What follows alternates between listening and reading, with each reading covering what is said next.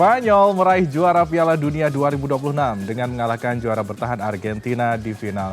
Ini menjadi gelar juara kedua bagi Spanyol setelah meraihnya pada tahun 2010 lalu silam.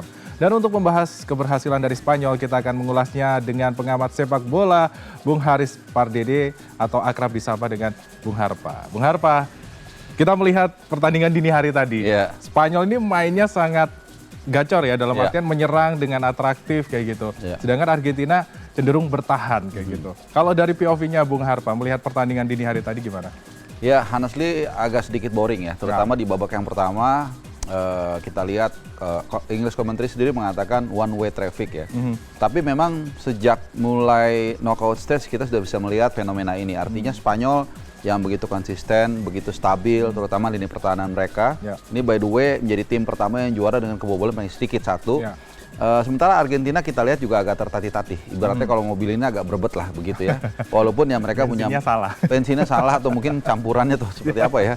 Tapi ya again mereka punya Messi, mereka bisa fight sampai di final. Tapi at the end kualitas dan juga kekompakan kolektivitas berbicara dan Spanyol yang terbaik. Ya, kita melihat juga dua bek Argentina ini sempat dilakukan pergantian karena cedera. Nah, setelah itu dari Spanyol ini malah terus semakin menyerang ibaratnya seperti itu. Apakah kebugaran dari timnas Spanyol ini juga mempengaruhi? Ya, it's very good point ya, karena memang secara rataan usia Argentina itu 29,2 rataan usia, sementara Spanyol itu 26,22 juga, jadi beda 3 tahun. Itu sangat berbeda jauh.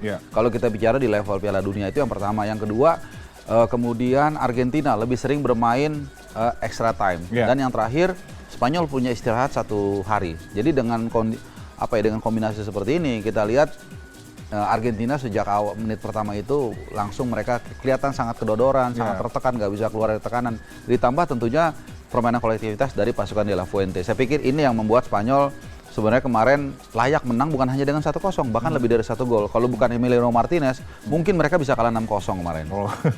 Oke, tapi kemarin akhirnya kita juga melihat pertandingan sangat istilahnya ya bisa seru ya, karena pendukungnya sangat luar biasa. Tapi kalau kita sambung terkait pembicaraan tadi kita sebelumnya, ada pergantian 2 bek andalan dari Argentina, setelah itu juga ada kartu merah yang harus dikeluarkan untuk Enzo Fernandez.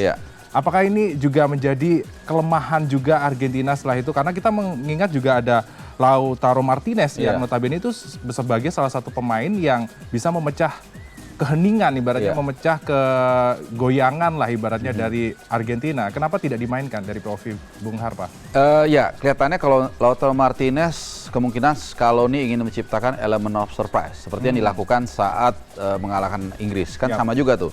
Dia dicadangkan, kemudian sekitar menit 80 lah, 10 menit terakhir di waktu normal dia dimasukkan, menunggu buruannya itu atau lawan itu lemah atau udah lelah kemudian dimasukkan. Tapi ya entah kenapa juga kemarin tidak berjalan. Tapi memang dari awal, apalagi tadi sudah disebutkan di menit-menit awal Lisandro Martinez harus meninggalkan lapangan. Dia udah kartu kuning, kemudian juga cedera. Kemudian juga ada kartu merah dari Enzo Fernandez. Walaupun menurut saya tanpa mereka bermain 11 orang pun atau dengan Lisandro Martinez tetap ada di lapangan, saya pikir mereka akan susah juga untuk melawan dominasi dari Spanyol. Dan ya tambahan lagi kita lihat bagaimana Lautaro Martinez. Saya pikir masalahnya bukan di situ ya, karena statistik sudah menunjukkan mereka tidak ada shot on target sama sekali. Artinya kecuali mereka menekan, mereka punya peluang, mungkin perlu pergantian toolsnya itu atau spare parts harus diganti. Tapi ini mau diganti gimana juga mereka secara permainan sudah jauh dari ball possession, dari shoot on target. Mereka benar-benar bumi dan langit. Ya, strateginya mungkin yang harus dipermak ya sebelum tanding kemarin harusnya. Karena kita melihat juga total shotnya lebih cenderung ke Spanyol yang makin menyerangnya kayak gitu kan. Iya, dan satu-satunya shot yang agak mendekati on target saya ingat itu hanya Giuliano Simeone di extra time. Ini anak dari Diego Simeone yang itu pun volley-nya masih ke atas. Jadi sisanya mereka sulit sekali bahkan mendekati kotak penalti lawan. Ya, walaupun menjadi runner up setidaknya ini bisa menjadi salah satu pencambuk ya ke depannya untuk lebih ke depan. Ya, saya pikir juga kalau kita mengikuti konferensi pers setelah pertandingan, Scaloni mengatakan akan merekondisi ulang tim. Artinya ini kemungkinan besar dia akan mengoffload beberapa pemain yang berusia sudah senior. Kalau untuk Messi mungkin kasus tersendiri ya. It's up to Messi. Saya pikir seorang Scaloni tidak ada mengatakan saya tidak butuh ada lagi, nggak mungkin. Tapi Scaloni, Messi sendiri yang harus mengatakan enough is enough buat saya begitu. Kalau memang dia mau retire. Nah, kita nantikan ya statement resmi dari Messi sendiri. Nah, selain memborong piala dari Piala Dunia 2026, timnas Spanyol ini juga borong gelar untuk individu ya. Salah satunya adalah kapten timnasnya sendiri.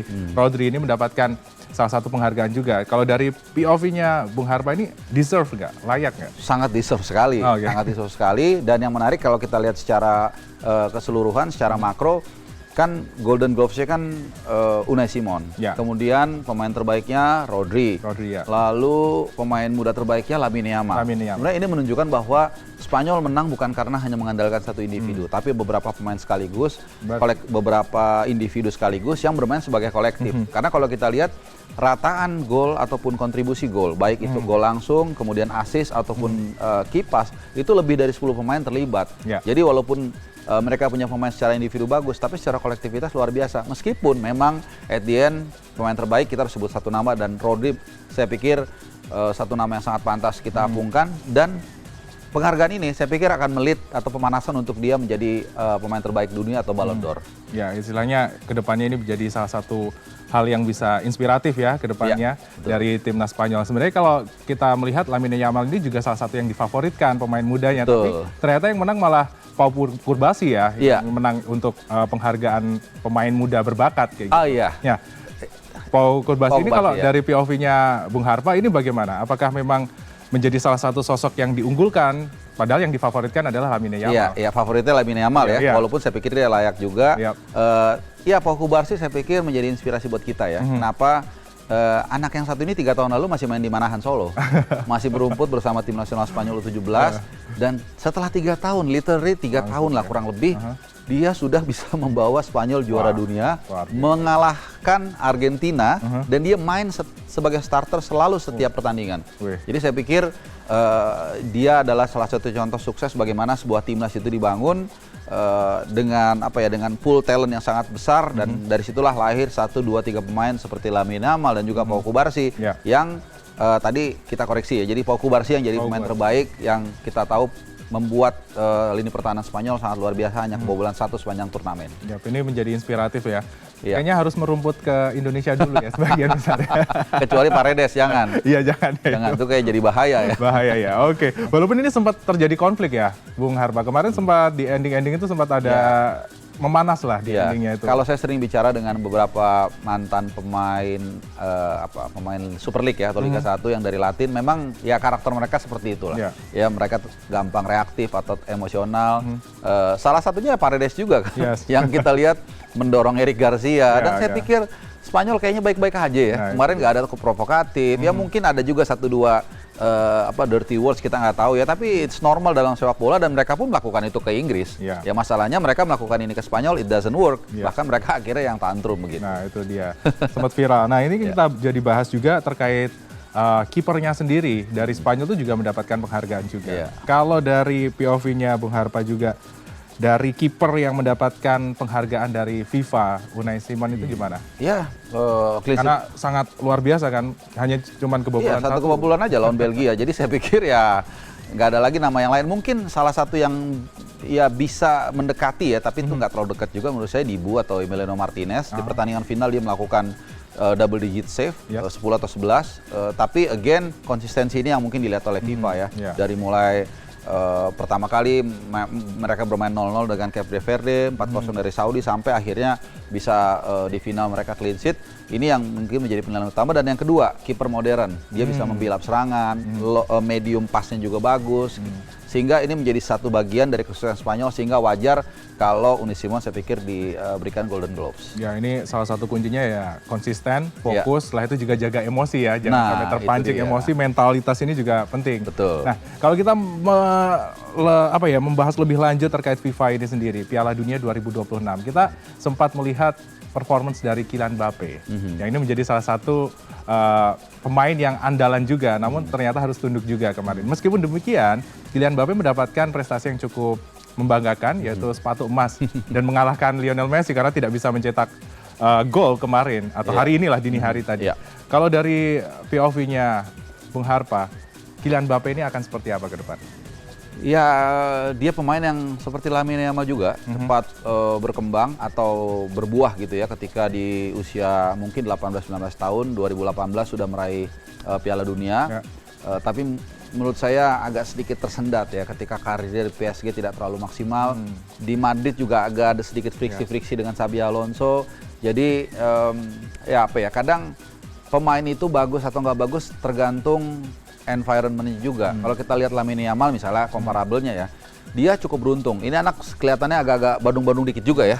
Cuman ya wajar lah, anak muda udah sukses ya. Cuman dia beruntung punya dua pawang yang sangat luar biasa. Di Barcelona dia punya Hansi Flick, pelatih asal Jerman sangat disiplin, dan di tim nasional Spanyol dia punya De La Fuente, ya profesor yang sangat handal dalam mementoring pemain. Jadi saya pikir Mbappe harus mulai, masih ada kesempatan. Usianya 26 tahun, saya pikir 4 tahun dari sekarang di Portugal, Spanyol, Maroko, Paraguay, Uruguay, dan juga Argentina akan jadi tuan rumah. Kesempatan buat dia, kesempatan di prime usianya dia untuk dia bisa bukan hanya menjadi top skor Piala Dunia sepanjang masa atau top skor di turnamen, tapi juga bisa membawa Prancis juara ketiga kalinya. Ya, kita nantikan ya, upgrade skillnya dari Mbappe ke depan dan juga tim-timnya ya. Semoga selalu kompak juga untuk timnas Prancis.